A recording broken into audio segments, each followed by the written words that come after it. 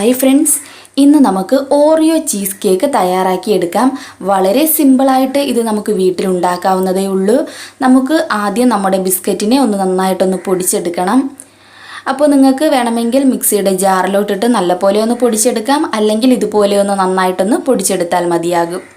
ഇനി നമുക്ക് ഇതിലോട്ട് ഒരു 2 ടേബിൾ സ്പൂൺ മെൽറ്റ് ചെയ്തെടുത്ത ബട്ടർ ചേർത്ത് കൊടുക്കാം.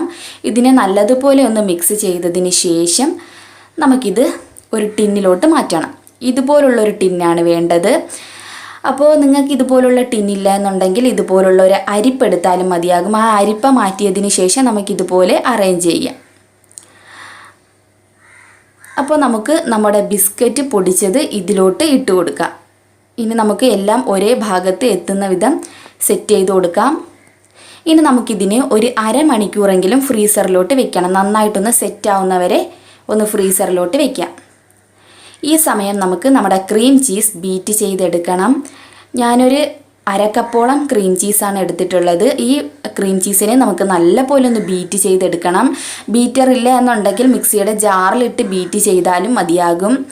അപ്പോൾ ഇനി നമുക്കിതിലോട്ട് 1 ടീസ്പൂൺ വാനില എസൻസും 3/4 കപ്പോളം പഞ്ചസാര പൊടിച്ചതും ചേർത്ത് നല്ലപോലെ ബീറ്റ് ചെയ്യാം. ഈ ക്രീം ചീസ് വളരെ ഈസി ആയിട്ട് വീട്ടിലുണ്ടാക്കാവുന്നതേ ഉള്ളൂ. അപ്പോൾ നമുക്കിതിലോട്ട് വിപ്പിംഗ് ക്രീം, അതും ഒരു 1/2 കപ്പോളം വിപ്പിംഗ് ക്രീമും ഞാൻ ഇതിലോട്ട് ചേർത്ത് നല്ലപോലെ ഒന്ന് ബീറ്റ് ചെയ്യുന്നുണ്ട്. അപ്പോൾ ഇതിനെ നന്നായിട്ടൊന്ന് ബീറ്റ് ചെയ്തതിന് ശേഷം നമുക്ക് നമ്മുടെ ഓറിയോ ബിസ്ക്കറ്റ് നന്നായിട്ട് ഇതുപോലെ പൊടിച്ചിട്ട് ഇതിനകത്തേക്ക് ചേർത്ത് കൊടുക്കുക. അപ്പോൾ ക്രീം ചീസിൻ്റെ കാര്യമാണ് നമ്മൾ പറഞ്ഞു വന്നത്. ക്രീം ചീസ് വീട്ടിൽ ഉണ്ടാക്കാവുന്നതേ ഉള്ളൂ. ഞാൻ വീഡിയോ ഇട്ടിട്ടുണ്ടായിരുന്നു. വീഡിയോ കാണാത്തവർ ഡിസ്ക്രിപ്ഷൻ ബോക്സിൽ ഞാൻ അതിൻ്റെ ലിങ്ക് കൊടുത്തേക്കാം, വീഡിയോ കാണുക.